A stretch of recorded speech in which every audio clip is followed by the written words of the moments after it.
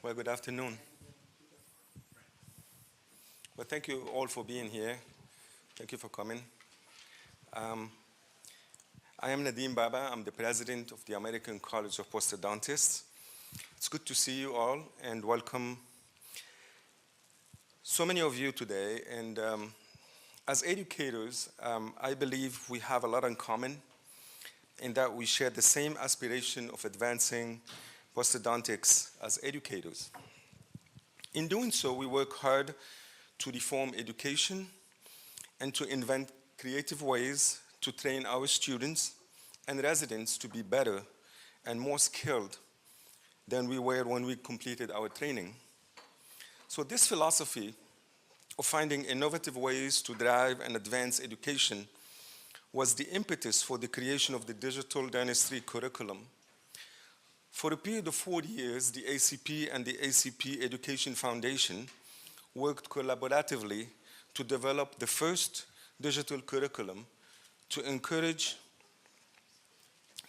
innovation in advanced dental education programs. So this project was no small endeavor.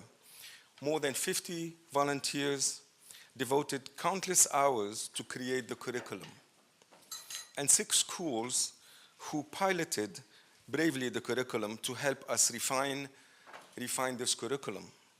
The curriculum has been released to all the United States schools, and we are pleased to share our findings and work with the international education community today. Joining me today is Dr. Gerald Grant, who's the head of the Digital Dentistry Work Group. Accompanying Dr. Grant are Dr. Elkassaby and Dr. Wu, and each will share with you their experience with implementing this curriculum. However, I would be remiss if I did not acknowledge the tremendous partnership we have enjoyed with the Henry Schein Group, specifically with Mr. Brian Allen, throughout this whole process.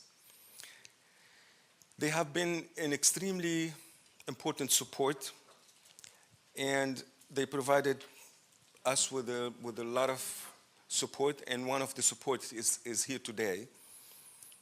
And the support they provided enabled us to bring together key opinion leaders and educators for over 30 schools to create this curriculum. And most of all, thank you for believing in the bigger vision of innovation, dental, and prosthodontic education. Brian, I would like to invite you to say a couple words. Thank you very much for all what you guys did. Thank you very for much, your Dr. support. Butler. Thank you. Thank you, everyone, for joining us, and I speak on behalf of many of my peers here from Henry Schein. This is a monumental day for us, where we have taken what was something on the back of a napkin, I might add, and developed into something so much more important than the document itself. And it's really about advancing digital dentistry to a position where not only students, professors, everyone involved in education can push forward to develop a better opportunity for students becoming dentists, but more importantly, the care that they provide for patients around the world. This program started out, as I mentioned, with Henry Schein working with a number of its partners, including BioHorizons, Camlog, companies within the Henry Schein organization, as well as Glidewell, 3Shape, and Plan Mecca. And we brought together the groups to actually create a fund that would support 60 volunteers within the ACP, representing, I want to say, 35 schools that put in countless hours of volunteer time to actually develop a curriculum that took through the business planning, the diagnostic part of the curriculum, right through scanning, production, design, and ultimately creation, whether it be milling in-house or outside of the school environment. And it really has been an amazing program. I really appreciate representatives from UCLA as well as Rutgers being here. They're part of the pilot program. The pilot kicked off approximately 2 years ago. It ran for a year, and then the curriculum has now been rolled out to 85% of the schools in North America. Today is an opportunity to actually take the curriculum past the continental North America, if you will, and spread it around the world. And it's just wonderful to have so many countries represented here today. But more importantly, the commitment in your time to actually spend with us to learn more about the curriculum so that you can help your students and your markets grow with the ultimate benefit of the patients, if you will, receiving the great care that digital dentistry, we believe, benefits all of the patients. So with that being said, I'd like to pass the microphone back over to Dr. Baba. It's been a wonderful time working with you and the ACP. I've never seen a group of passionate clinicians that could team up and push and push and push to make a result happen, which we're going to have an opportunity to hear from two very talented colleagues today. So thank you very much for joining us, and please enjoy the rest of the program. Thank you, Brian. Thank you. And now I'm just going to give the podium to Dr. Grant, who can introduce you to the curriculum. Dr. Grant. Thank you, Dr. Baba. So like I said, we're very excited about this digital curriculum. Clicker. Gee, I thought you just clicked for me. And our ability to actually bring it to people outside of North America. So we have divided the curriculum, again, as why offer a digital curriculum. In North America, one of the issues we have is everybody's interested in the digital type of technologies, but the problem is that no one really sat down and looked at what the educational portion of that would be or what it would look like. So you had a lot of a hodgepodge and a lot of people going in different directions. So with 63 dental schools, between 63 and 65, depending on what moment it is, in the United States of dental schools, that was not available. Nobody really had a lot of experience with that. So what we wanted to do is take people that did have experience with it and be able to put it into some type of a curriculum format that the dental schools could easily use and be able to use with it. So we have a lack of faculty with experience. This is one of the issues we had. Most don't have that. And so part of this curriculum is to kind of generate that type of activity. We have limited resources for developing curriculum for, again, not everybody had the resources to actually do that. So part of this thing is how do you build a curriculum, and then how do you build in a plan that allows dental schools to look at it, to be able to go to their administration, go to their deans, and explain why this may be a direction to go in, how you would economically put it into your school, and what it would do for you as you come out. Again, we had a problem with insufficiently trained faculty in the dental school. So this is one of the biggest problems most dental schools have. For example, in my dental school, when I tried to implement it, you go to the chair, you ask for champions, and you get crickets. Then you go to the dean, and he sends out, and then you get crickets. So a lot of people are afraid to get into it, or they just see it as something else. And so you have to find a way in which to do that. And part of what we're offering here has some hints on how to get faculty involved. And again, it'll be really helpful when you hear from Dr. Elkassaby and Dr. Wu on how they got their faculty involved with it. And then students see dental technology as part of their future practice. If you have a dental school, the first thing every student asks that's coming there is, are you guys doing digital dentistry? I mean, we see it at our school all the time. We have over 4,000 applicants at the University of Louisville, and almost every one of them asks, do you guys do digital dentistry? And if you say no, then you're off their list. So they're going to go somewhere else because they know it's part and know it's coming. So in history, again, in 2015, we launched the initiative through the Educational Foundation. And in relatively short order, between that time, 2015 and 2017, a very comprehensive curriculum was put together. That is a very short period of time for anybody that's been in education in the past on building a curriculum and how long it takes to do something.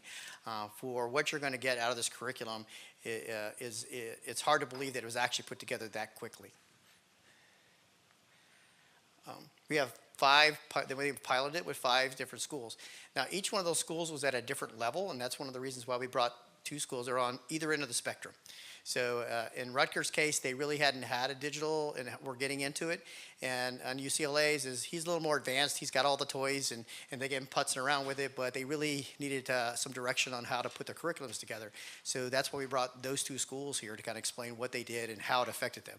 Because a lot of times, if you have a digital in your university already, you're trying to think, well, what will the curriculum do for me? But you'll see that this curriculum is inclusive from the didactic classes all the way through the clinical classes. So right now, as Brian mentioned, we're about 85% of the schools. Pretty soon, I'm pretty sure we'll have 100, but for the next month, in fact, we might have it now, as far as I know, that have asked for the curriculum or have implemented it in some way or form.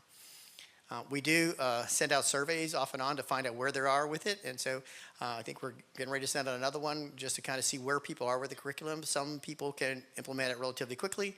School systems, if you know how universities work, the curriculum kind of moves slowly through the system.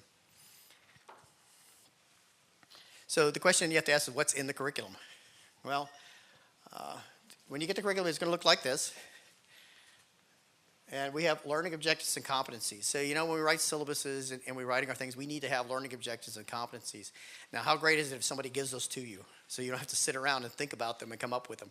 Because I know when I sat around and did it, it took me a while to figure out these, but we're actually going to give those to you for each of the sections that we're looking through. And again, it's broken down as it goes through the curriculum in areas. So the framework is, we're going to give you a framework for things. So we'll talk to you about dental anatomy and how it would be enclosed in dental anatomy, how you bring in that course.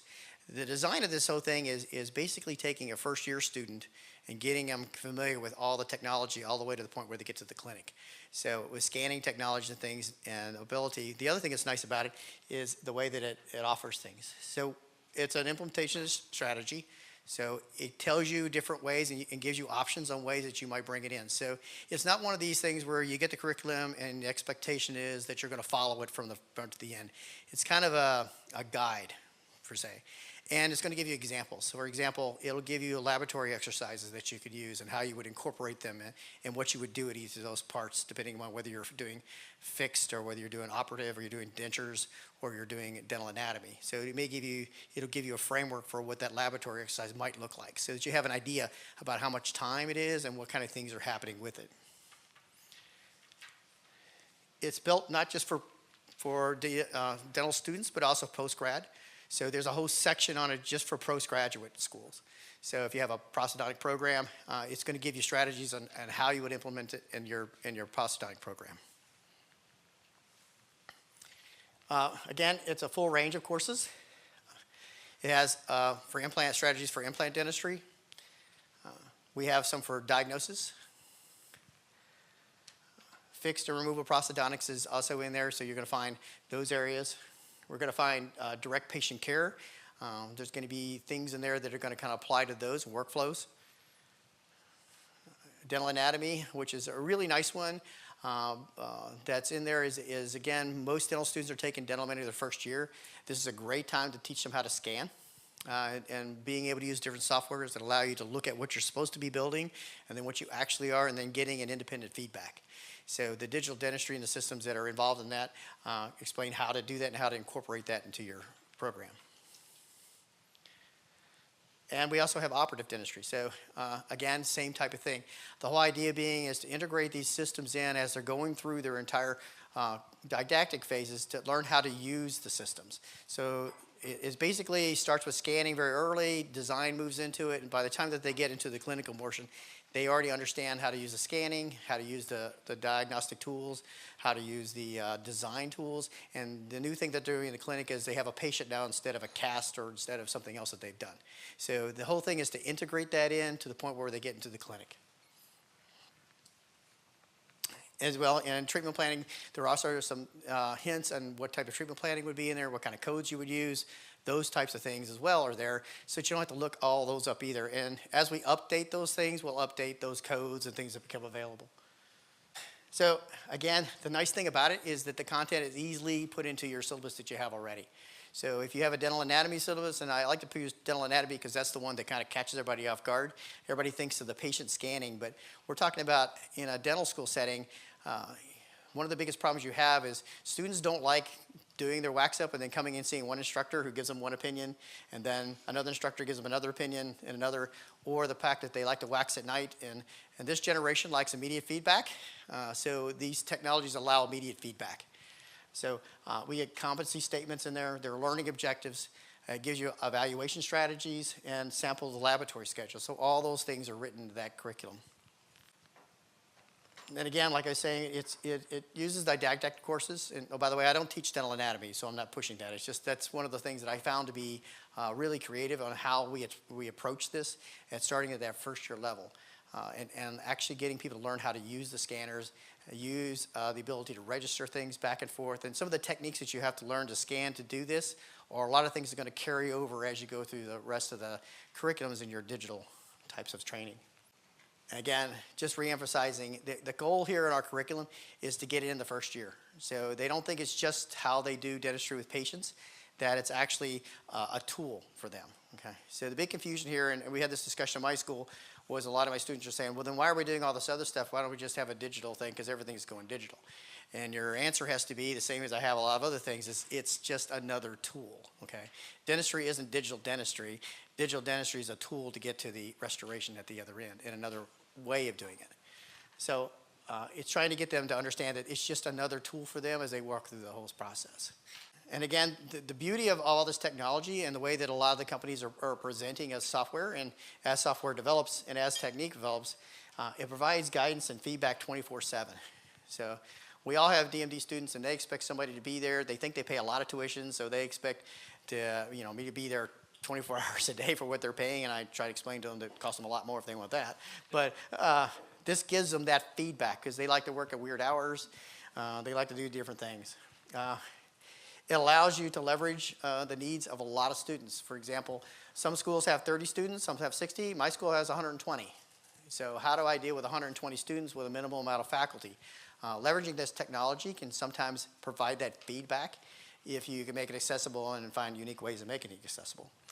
And it provides an objective tool. So for some reason, students don't mind if the computer tells them they did it bad, but they don't like it when I tell them they did it bad, even though I might describe the same place.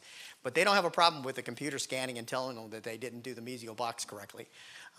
But they'll ask me, and I'll tell them one thing, but then they don't like my answer, so then they would go to Dr. Wu and see if he gives them a better answer.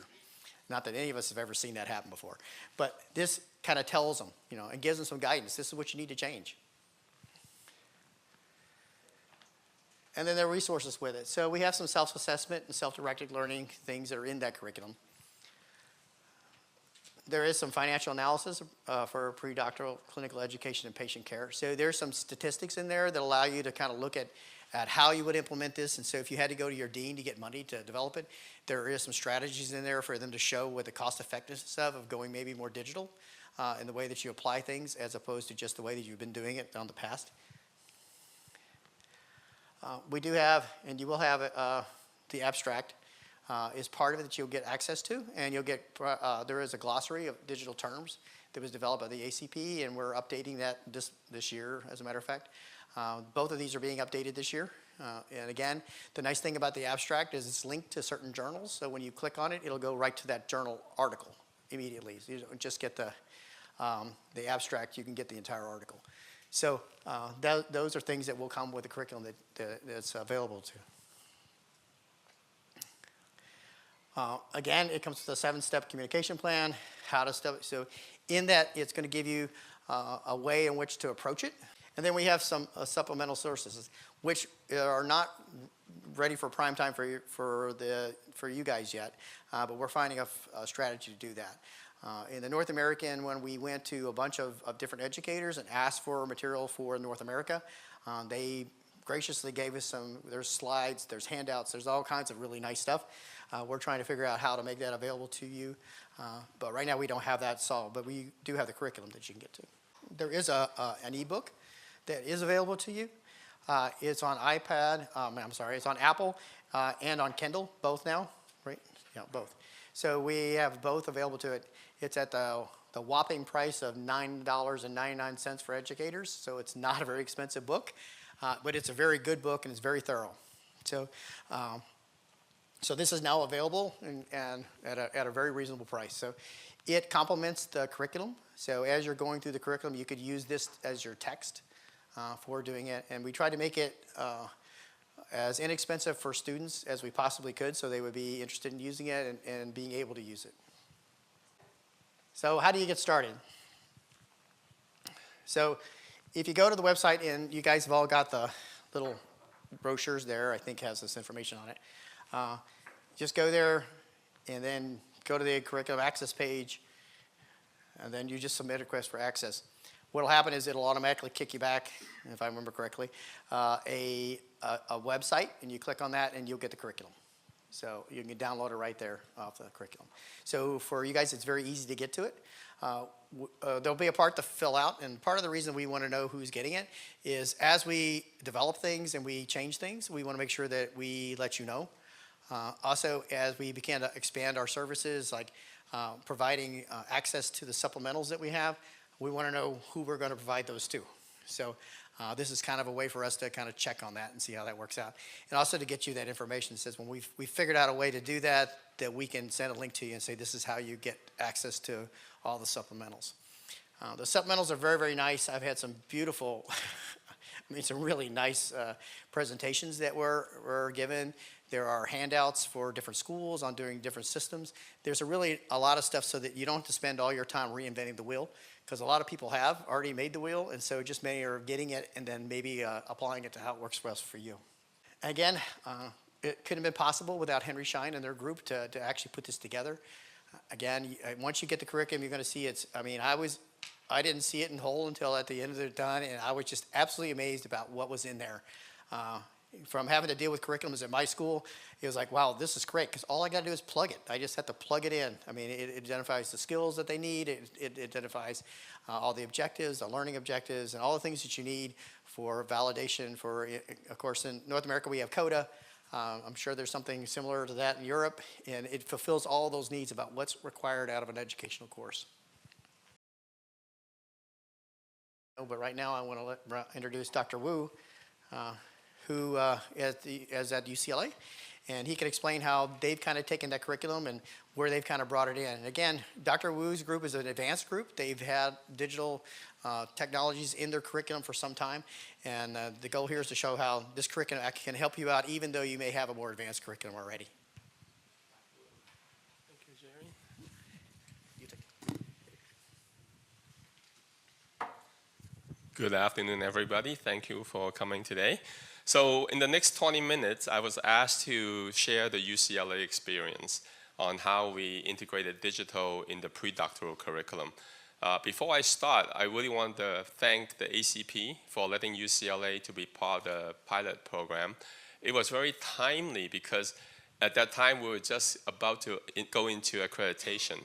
So a lot of the outcome measurements and competency structures were really helpful for us to incorporate into our teaching objectives, and as we move forward, how to incorporate more digital. And also thank Henry Schein once we started implementing, because we didn't know that we would get such a great partner in terms of helping with buying the right equipment, and then the technical support to work with some of the manufacturers, which sometimes are difficult to work with. But working through Henry Schein, because they have such a great leverage, the manufacturers actually respond to us pretty timely, and that was helpful in getting an implementation very, very quickly. So I'm just going to go on and talk about UCLA. So also at that time, right after accreditation, UCLA identified some key strategic objectives that we have to accomplish. One of them was the digital transformation of the entire curriculum. So this was something that isn't the dean's thing only. It wasn't just my thing. It really was after many faculty retreats I presented on this topic several years ago. Slowly people begin to get the buy-in, and finally it was a school-wide strategy to actually change the entire curriculum to integrate all things digital. Another thing that's really important was this positive organizational culture that applies not just at UCLA, but also around our community, that we would actually go out into the local community to provide better dental care. And as you know, faculty calibration is difficult already in the school. Imagine when the faculty that's covering the community clinics are not from the school. And so digital dentistry to us was a way to ensure quality compliance, that the faculty and the students away from UCLA were able to have the same preparations, and we could actually check everything that they're doing in the clinic outside. So this is where we're going to. But we'll start with just digital transformation. Okay? As Jerry said, UCLA didn't have any shortage of digital equipment. I'll show you that in a minute.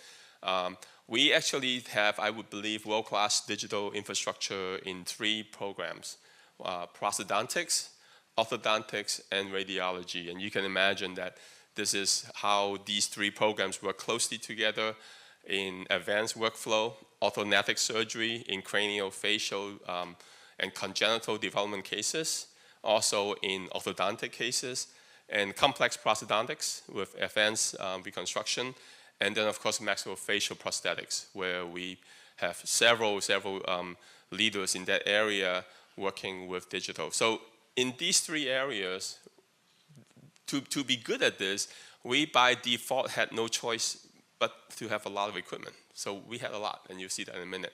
We actually have a lot of R&D. We have a very nice research center, the Weintraub Center, where we are developing customized bioinks for our own use. So we don't just have to buy inks from manufacturers. We can synthesize. We have several polymer chemists on staff. We can make any ink we want, okay?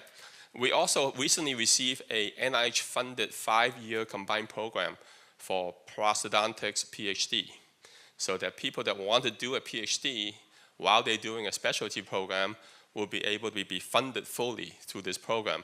And the emphasis in the PhD is mostly on digital dentistry. So the curriculum that we are going to describe is not this. This is advanced graduate education. The problem was that we really didn't have much for the pre-docs. So this is all for postgraduate. 18 different scanners, 7 mills, from chair-side mills to lab mills, printers that cost $1,000 to printers that cost close to $500,000, design software for dental and engineering, because we have engineers on staff. So this is really quite a curriculum change for the graduate programs. But we had some problems. We have 3 other graduate programs, endo, pedo, and restorative, that don't really have much digital at all. Our AEGD and GPR did very little, right? And even within the big 3, the digital integration isn't there. So if we were to do a case together, it was, here's a jump drive. Here's the case that we designed. Go ahead and do something with this. So the software really wasn't integrated. We didn't have a good way to transfer files from one graduate program to the other. Also, in the pre-doc program, even though we had a bunch of functional CEREC systems, they really weren't used much. And I think that that's the story you hear a lot, is that a lot of programs have CERECs or these milling systems, but because of faculty calibration, only a small fraction of the faculty are willing to supervise these cases in the pre-doc clinic. So we want to solve all these problems when we undergo this digital transformation. The other issue, as Jerry said, is the so-called black box syndrome. You know, when you go to a show now, you see so many digital things, you think that's the solution. You don't have to learn dentistry anymore. Just take a burr, make some cuts, scan it, and something's going to hide it right away. No one's going to see this, right? Well, it turns out that digital dentistry is garbage in, garbage out, except much faster. So you make your mistakes much faster. And the things that fail will still fail. There's no hiding, right? The true test is really in the mouth. So what we want, so I think that digital dentistry is actually really good because we teach both analog and digital, and then we highlight what are we not teaching and what is assumed by the computer programs. And why are these things important? So it's really a fun way of teaching dentistry because, you know, after a while, I've been teaching for 20 years now. This whole digital transformation is the one thing that gets faculty and students really excited. They come early, they get ready, they want to start playing, and they want to learn what's going on. We haven't seen anything like that in terms of getting people interested in learning. Teachers want to come, they want to learn this stuff too. So it's really everybody learning together, which is really a nice educational environment. The other problem we had was, although we have a lot of PhD scientists in our programs, we have about 6 in my department, double degree guys, and you know, ortho has a bunch. We actually don't ever work together on anything that's one purpose. So with the digital revolution, we can have a theme where we can work together to develop these digital technologies together so that we can focus the innovations toward something that is synchronized with the university mission. Another issue we saw was poor economy of scale. You know, maybe aesthetic dentistry wants to buy a scanner, and then pedo wants to buy a scanner, right? And AEGD wants to buy a scanner. And each one of them are paying whatever negotiated price they can get.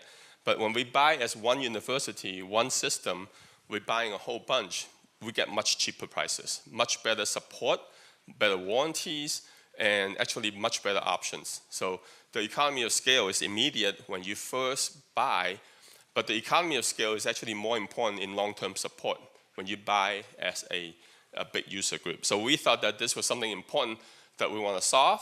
And to do that, actually, we created an entire new academic unit in the School of Dentistry. So in the organizational chart, we actually created a whole new thing called Innovative Digital Dentistry System. And the objective is to improve teaching, innovate the way we teach, not just put in the curriculum, which is amazing. The ACP curriculum is wonderful, but help us to teach more innovatively, and using digital to really lower the cost of care by our clinics so that we can reach more patients, not just at Westwood, but to local communities. So patients that are in the underserved local communities. But to do that, we need to upgrade our IT infrastructure, which I'll get into later on. And eventually, we want to work with our industry and academic partners to create a digital innovations center that can develop novel tools and materials for digital dentistry, okay? So these are some of the components in the UCLA Digital Center. I'm not gonna talk about all of them. Today I'm gonna talk about just the pre-doc curriculum. But an important part of the curriculum, of the center, is actually to innovate, to develop new tools, new algorithms, new software, and new materials to enhance digital dentistry, and also work with our medical school colleagues so that they can improve their care. So this is something that we're very proud of being accomplished. I'm just gonna focus mostly on pre-doc, and you know, as a senior faculty, I basically go to meetings and answer emails and raise funds to do stuff. These are the people that actually make things work. Some of you may recognize Kumar Shah, who's a fellow of the ACP. But these are all really, really exciting faculty. Each one of them play a key role in integrating the curriculum into the pre-doc system. So I'm just going to talk about the preclinical training only. Okay. A key thing that we want to teach at this point is we insist at UCLA that students that graduate can do dentistry both old analog way and digital way. There's a problem with that. There's only limited time in the curriculum, and people are really stressed out already with what we were teaching. So squeezing in digital has to be done in a very efficient way. So that as we teach analog, we just squeeze in the digital is not good enough. You actually have to teach it in a way that they understand which parts are being captured in analog, which parts are not being captured in digital. Okay? So we went out and getting 17 new scanners just for the pre-doc program. Okay, so this is just for pre-docs use. And what's nice about it is that it's supposed to be easy. Okay, now if I take 10 of you guys and have you scan yourself like that, I'll bet maybe one of you will be able to scan that quickly. Okay, but it's possible. And actually, students are much better at it than the faculty. And they love this thing. We had some generous donations from Henry Schein, where we had some milling machines that are incorporated into the teaching lab so that the students can actually now mill restorations out and actually test the fit, all right? And then we have a full-blown CAD software suite just for the pre-docs. As you guys know, the 3Shape softwares are pretty good and more than good enough for most pre-doctoral needs. We have been using ExoCAD, more advanced CAD softwares. So this really wasn't something that we had in our program. We actually had to get something that's a little bit more for students and general dentists. And so the entire 3Shape CAD software suite is developing quickly, and we're able to do full restorative, implants, ortho, and smile design, okay? And when we incorporate these things, the number one thing I tell all the course directors is focus on design rationale. Don't think about clicking, which menu to click, which item to click, but focus on why, not how, okay? And then prepare students for specialty training if that's what they want to do. So as you know, the compare software is something that is really powerful. We're able to basically look at a prep, compare a prep that the student makes to a prep that the faculty makes, and give them, as Jerry said, very objective, real-time, 7 days, 24-hour feedback in the lab without faculty, okay? And so these are the timelines of our preclinical rollout. We start with anatomy. We go into direct restorations, all right? And then indirect. These are the system in restorative, and I'll go into the other classes in a minute. All right. So this is anatomy and morphology. All you remember the P.K. Thomas wax-ups? So we still teach that. and in fact, students now scan the wax-up and compare it with an ideal wax-up. So they can tell exactly where they are short, where they're off, and it's very non-subjective, all right? And they can do this anytime they want. So this is D14. First year dental student, first quarter, they're doing this already. And they know how to scan. And then in second quarter, winter quarter, they're learning the prep, all right, comparing master to student, and they can, again, very non-subjectively tell themselves where they need to change before they even talk to the doctors, all right? So now the faculty are excited because all they have to do is focus on teaching techniques and why we want to do things, not how, and not telling them what's wrong, okay? Morphology and occlusion, here we have the students scan themselves or scan each other in centric MIP, lateral and protrusion, and then we save these scans and use them for occlusal analysis later in occlusion class. So they can actually understand how teeth touch in a much more intimate way than just mounting models and moving an articulate around. This is actually looking in their own teeth, okay? So this is something that they're really excited on because they're scanning live human patients. And then in indirect restorations, we're basically doing the same thing with compare, where they can prep, they can look at the reduction, they can look at measure the angle of convergence. Obviously, this one fails, all right? And monitor everything and keep track of overcuts and undercuts over reductions. And the nice thing is that what we add to the student kit are just freeware that they can download off the internet. So it costs them nothing to actually capture these files.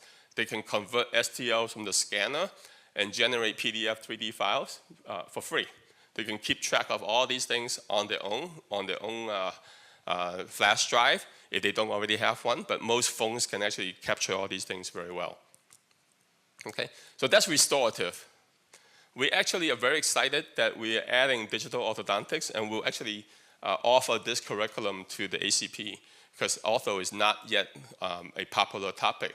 But we're certainly going to add smile design, case selection. Very important is when to refer. When can you do a Invisalign-like case, and when do you need an orthodontist to do wires and brackets? Simple bone analysis and space analysis already existing in many digital software. How to manage and when to manage vertical bite openings. So you can see that although digital makes it easy to do, the curriculum allows us to help train students on thinking when to do what, which is really important, okay? So they can learn how to treat normal bite and different types of cross bites and open bites. And then, of course, fabricate aligners by printing models and then doing the vacuum forms, all the standard stuff.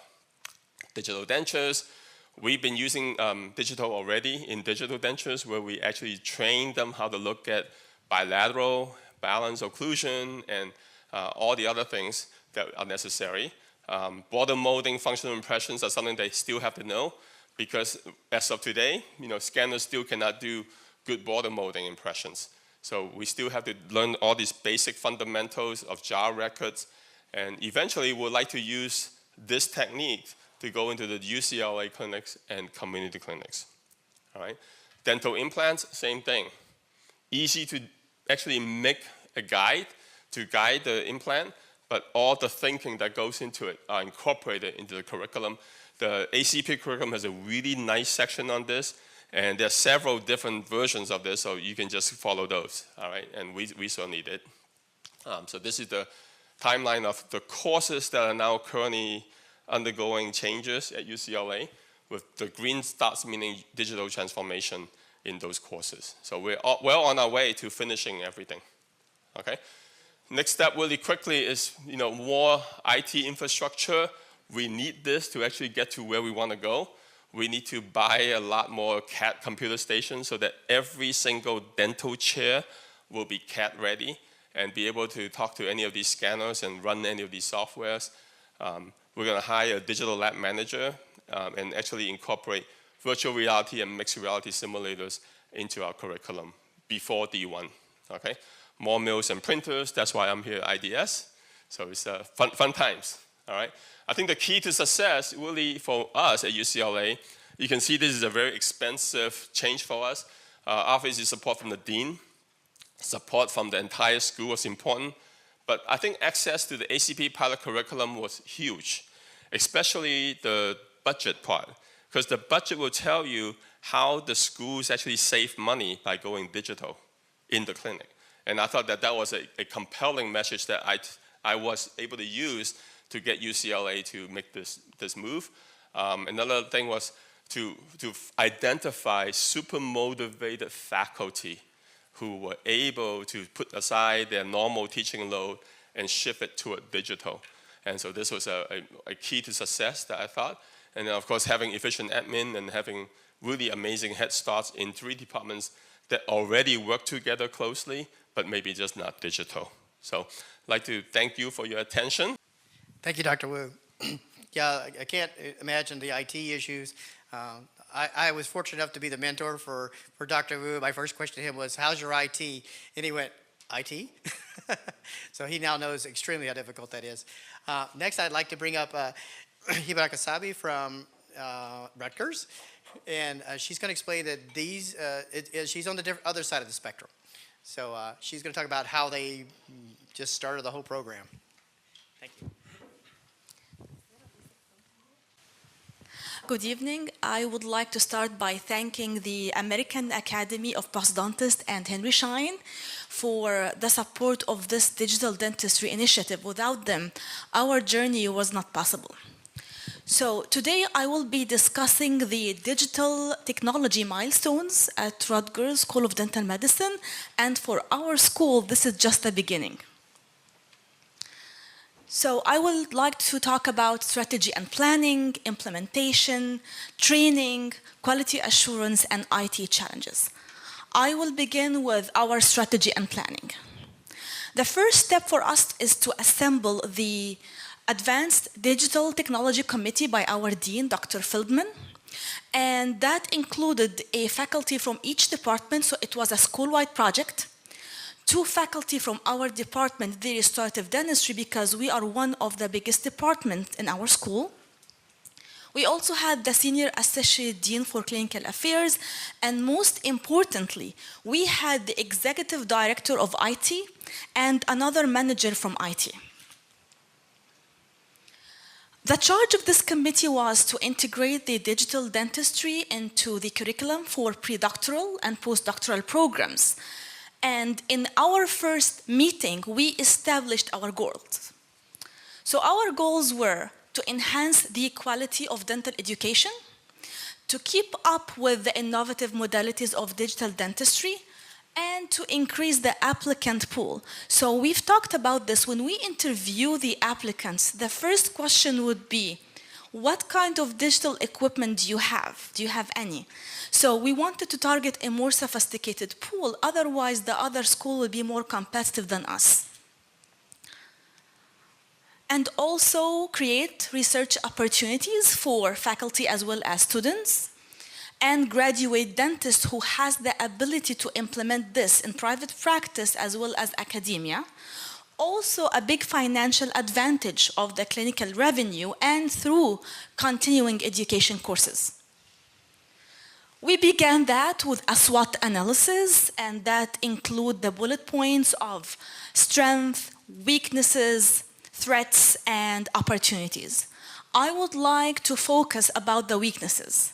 So there was a study in 2009, and they found that 50% of companies cited resistance as one of the main challenges when they changed the business software. Another survey of 500 executives in 2011 cited resistance as the primary reason why changes fail in big organizations. The threats would be mainly your school regulation, university regulations, IT regulations, and that would also affect the digital workflow and data transfer. By the workflow, what I mean is you have an intraoral scanner and an oral lab scanner that needs to communicate with a milling machine or a 3D printer. So that workflow in your institution is actually more important than the machine itself. What happens is sometimes what you can implement might not be what you want to implement. So just you have to keep this in mind. So we started the journey by having meetings with different representatives from different companies, and the key of success is to have an IT staff. So I had Travis from IT assigned to me, and he was there in every single meeting asking questions and writing notes. Based on those meetings, some systems were excluded. They were not compatible with our IT and our school. So in our second meeting, we presented comparison of every system that can be utilized in our school. And based on that comparison, our committee was able to make some recommendations. So the recommendations was, for the preclinical education, we decided to purchase intraoral scanners together with a self-assessment software, and we decided to go with Compare. The reason why we chose Compare software is because it engages students and it enhances their understanding. Also, it frees up time for one-on-one instruction, and that is useful if you have a deficiency of faculty like most dental schools. For the clinical education, for pre- and postdoctoral programs, we decided to go with Trias intraoral scanners, and the reason is it has the highest trueness and precision, powder-free, colored, open system, and like Dr. Wu mentioned, it has so many design softwares and applications. The recommendations of the committee had to be based on evidence, so we had to read some articles, and one of them, this publication by the American Academy of American Dental Association, and according to that article, the Trias intraoral scan had the highest trueness and precision. In March 2017, we were so honored to be selected as one of 5 pilot schools nationwide by the ACP Digital Dentistry Initiative. And in the same month, we visited 2 schools to seek their advice. Columbia Dental School, and then Medical University of South Carolina, who was our mentor, specifically Dr. Mark Ludlow. We were so much honored for him to be our mentor. Most importantly, the business plan was developed and approved by the school dean in June 2017. Our school, unlike other schools, decided to implement in phases, phase 1, 2, 3, and the reason is you will have less financial burden on your school if you implement on phases. Also, that implementation model will help you to switch to other equipment should something else come in the market that is more advanced or user-friendly. So in phase 1, we decided to purchase the preclinical plan scans and the compare software, 2 scanners of trias for the postdoctoral programs, collaboration with the PDS Stone Glass Digital Dentistry Lab, and the 3Shape design software. Phase 2, which is this year, 2 additional scanners for the pre-doctoral clinics, and we also hired 3 registered dental assistants. Phase 3 next year will be adding 2 more scanners, and so on. So let me talk about more details about the implementation phases. Last year, 2017-2018, we completed our phase 1 successfully. So we did purchase the plan scans and the compare software. We also renovated our computerized assessment laboratory, and we got 2 TRIA scanners for the postdoctoral clinics school-wide. By that, I mean those scanners are shared by prosthodontics, periodontics, oral maxillofacial surgery, pediatrics, and general dentistry. We also acquired the 3Shape design software.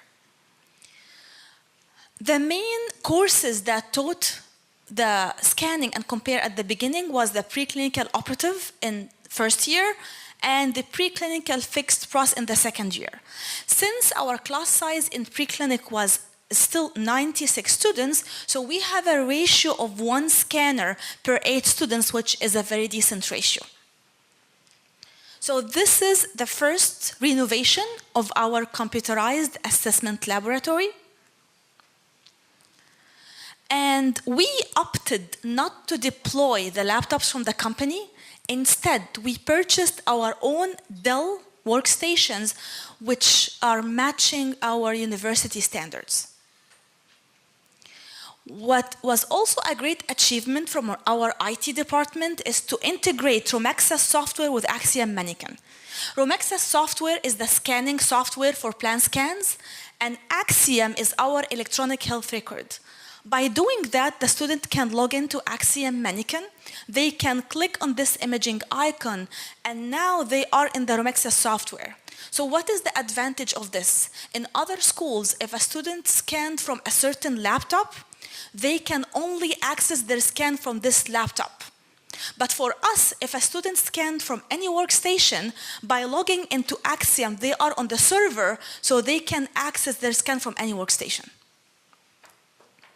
Not only that, but also our IT was able to allow us to take screenshots of the compare and upload that in my packs, also integrated with Axiom, as if it's a panoramic radiograph. So we ask students to take a mesodistal shot, buccolingual shot, occlusal shot, and then that can be evaluated by the faculty. In January last year, 2 scanners for the postdoctoral clinics were purchased, and we decided to use the trainer model in our school because we are a big dental school. So 2 faculty and/or residents from each department would acquire an official training in the 3Shape facility. They come back and they train other faculty and other residents. We also trained our laboratory technicians. This is the second renovation of our computerized assessment laboratory now.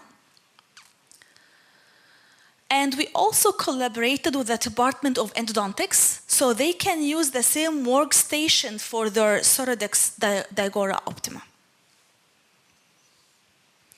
Phase 2, which is still going this year, was mainly to integrate 2 major courses, basic dental anatomy and occlusion, to create 1 combined course, dental anatomy and occlusion. And the reason we did that is to free up a space in our curriculum so we can establish a new course, which is the pre-clinical digital fixed prosthodontics. So that is the main course now that teaches the first-year dental students how to scan and use compare. We just ended this course 10 years ago, and after each course, the students have to submit evaluations. And we got those 2 comments, one of 2 comments out of several comments by the students. Basically, what the student is saying is the compare allowed her to see the undercuts, and she was struggling with the taper, she was struggling with the finish line thickness variation, and she was impressed by the fact that the compare would provide a numerical value in degrees of taper and thickness of the finish line, and instead of just subjectively getting the feedback from faculty. Another student mentioned that at the beginning, she was struggling with 35-degree taper, and by the second or third time, she was able to achieve the 12 to 15-degree taper. So what she's saying is the first scan, she got graded 86%, and by the third time, the compare now is grading her for like 94%. And that was a great motivation for that, for students. In phase 2 this year also, we have 2 TRIAS scanners for the pre-doctoral clinic. So now the challenging part really to us, because we're a big school, is training. What we did is we developed different training strategies for different communities of interest. So we have training of faculty, dental assistants, postdoctoral students, preclinical students, and clinical predoctoral students, and each has a different training protocol. For training faculty, we started last September, and it's still ongoing. I started by training the dental assistants that we hired, and then I trained only 3 faculty. Now, each faculty will train 2 additional faculty with the help of a dental assistant. So far, this model is working well, and it works well with a big department, because in our department, we have 60 faculty. For the postdoctoral pro student, we have 15 students. We have 5 in each class. What we did is we chose a student trainer from each class that had an official training in the 3Shape facility. They come back and they train their classmates. And in the preclinic training, we had a different model. What we did is we would ask 1 faculty to train 3 students only, and then each student would train their classmate. The feedback from this model was really interesting, because the students mentioned when you learn a technique and then you teach it to another classmate, you learn more, you become more familiar with it. For the clinical training, and as you can see, we have a relatively big class size. We have 124 students in the 3rd year and 124 in the 4th year. Our clinic system is based on 4 groups, A, B, C, D, and in every single day, 1 clinic is available because the students are rotating, for example, in the university hospital or in the pediatric clinic. So in that available clinic, we have the digital training, only 6 students at a time. The quality assurance and quality control was a big deal. For a couple of months, we didn't know how to make this for the digital workflow, but eventually we were able to develop a detailed workflow for mainly 2 reasons. To ensure that any case is financially approved before the lab processes the work order, and to make sure that the case will pass QA before it is sent to the lab. So we have 2 ways to do the quality assurance in our school. If you have the 3Shape design software, you can actually compare a 3-dimensional image. If you have only the TRIAS intraoral scanner, you can still do the QA, but in a still image, and I will explain both. So with the 3Shape dental software, you can 3D move the image, and you can evaluate the occlusal, the buccolingual, and the mesial. And you can also take advantage of this tool that will let you measure in fractions of millimeters the interocclusal clearance. However, if you only have the scanner, we can ask the student to take screenshots of occlusal, buccolingual, and use this great tool from the 3Shape to numerically measure the clearance. We also require them to do the digital die trimming, similar to trimming your conventional die. Then those images are saved and shared with the QA faculty. Axiom Scheduler was a very helpful tool. So this will allow the students, whether in PG or undergrad, to schedule the scanner ahead of time.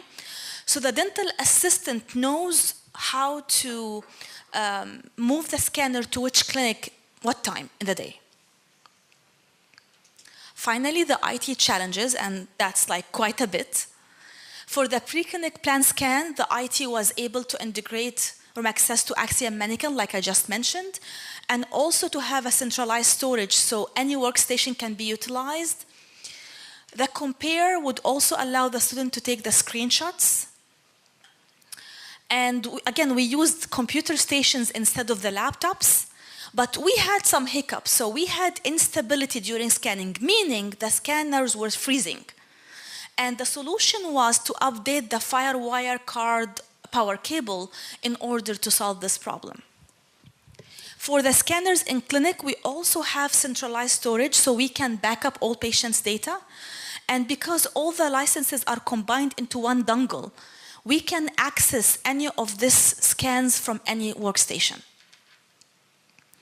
Those cards are really useful because they can secure the laptops together with the scanners. To summarize our strategy in that journey, strategy is a key. So engaging your school leadership, whether it's dean or the assistant dean for clinical or academic affairs and the IT committees. So what you have to do is you have to have progress meetings with the dean, and also you have to have meetings with the faculty in order to encourage them and engage them so they can adopt this new technology. Otherwise, you might have resistance. I cannot emphasize how important to engage the IT from the beginning. So I am the chair of the Advanced Digital Technology Committee, but I also report to the Clinical IT and the Academic IT Committee, which reports to the IT Governance Committee. The resource needs has to be defined from the beginning. A business plan has to be structured, and a training plan, again, different for students versus faculty versus assistants. The learning objectives and competency has to be part of the curriculum, so you have to have meetings with the course directors from the beginning. A communication plan to get the students' feedback is paramount. So as I showed you, some of the comments from students, whether it's a positive or negative feedback, will help you to improve yourself. Communication is a key factor, and by that I mean communication to alumni, communication to new patients, and communication to prospective students and residents. So, as you can see, this initiative was featured on the front page of the Rutgers annual report. The ongoing projects now is to develop Axiom digital codes. We are getting a donation from Henry Schein for 3 chair-side milling machines, and we are planning to integrate Rumexes into Axiom production. We're also planning to use Compare software in dental anatomy and occlusion. We are also now in the phase of construction of a digital education center, and that is sponsored by Stone Glass Laboratory. Finally, I would like to share this quote with you by Rohan Oza, who's one of the Shark Tank's people.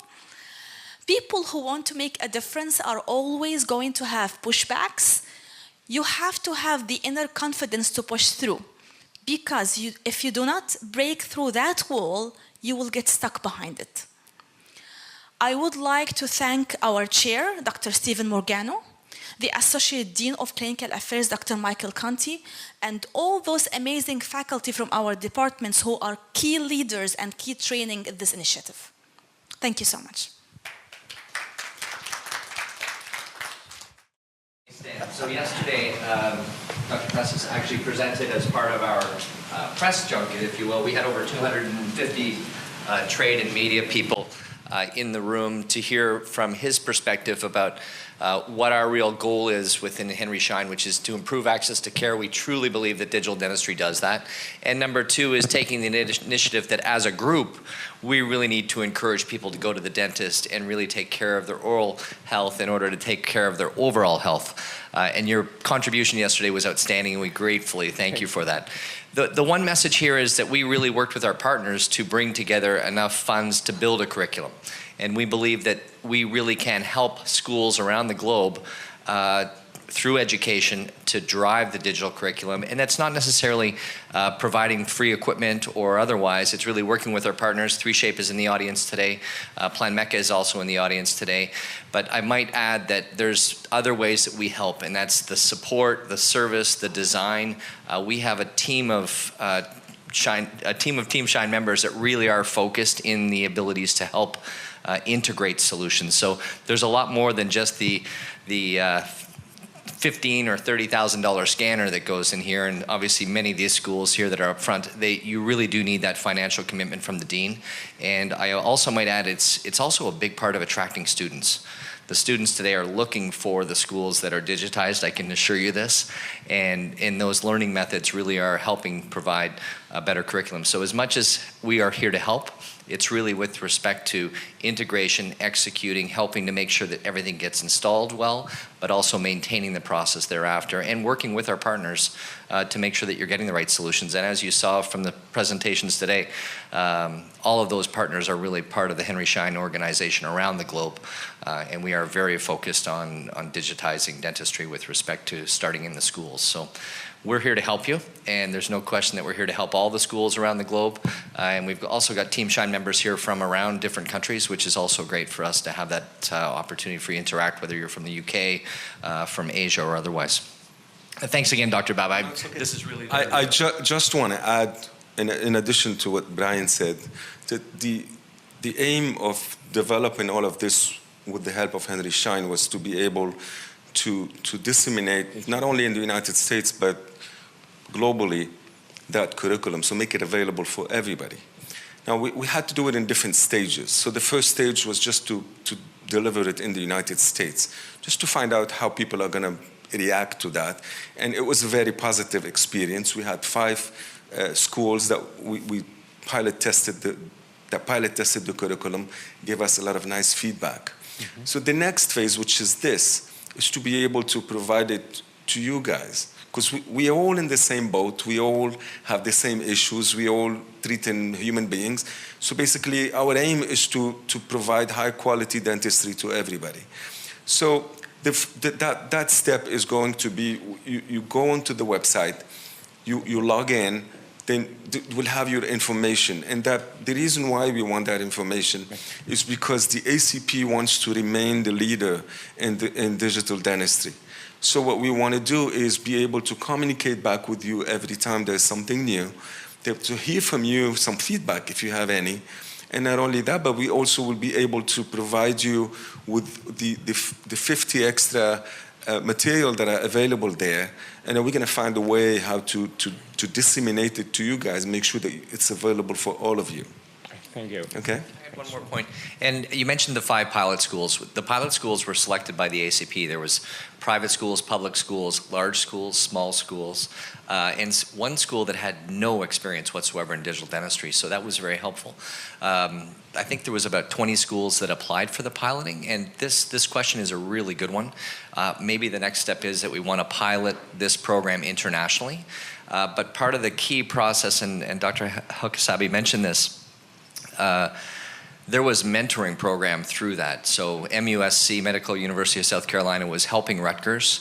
And in every step of the piloting, there were actually other schools that were helping this happen. And now there is a working group that Dr. Grant chairs in North America that is made up of 35 people, I want to say, maybe a little bit more than that, that are actually working along with all of the schools now to help them integrate. So it's a real village approach to elevating the tides, if you will, so that we all win. But I think it's been a really great development of a structure to support the integration of these schools. And obviously UCLA and Rutgers and Louisville, for that matter, University of Kentucky, IET Stills in Arizona, as well as one more school I'm missing, but the 5 schools that we're piloting really gave us some great feedback to hone the program with respect to implementation, and obviously the summary today was very, very grateful. So on behalf of Henry Schein, thank you very much for allowing us to partner. This truly is an ACP program, and it really is a group of not necessarily pioneers, but they're really pushing forward to better the industry as a whole, and most importantly for the patient and access to care. So thank you, Dr. Baba. Well, thank you. Well, any other questions?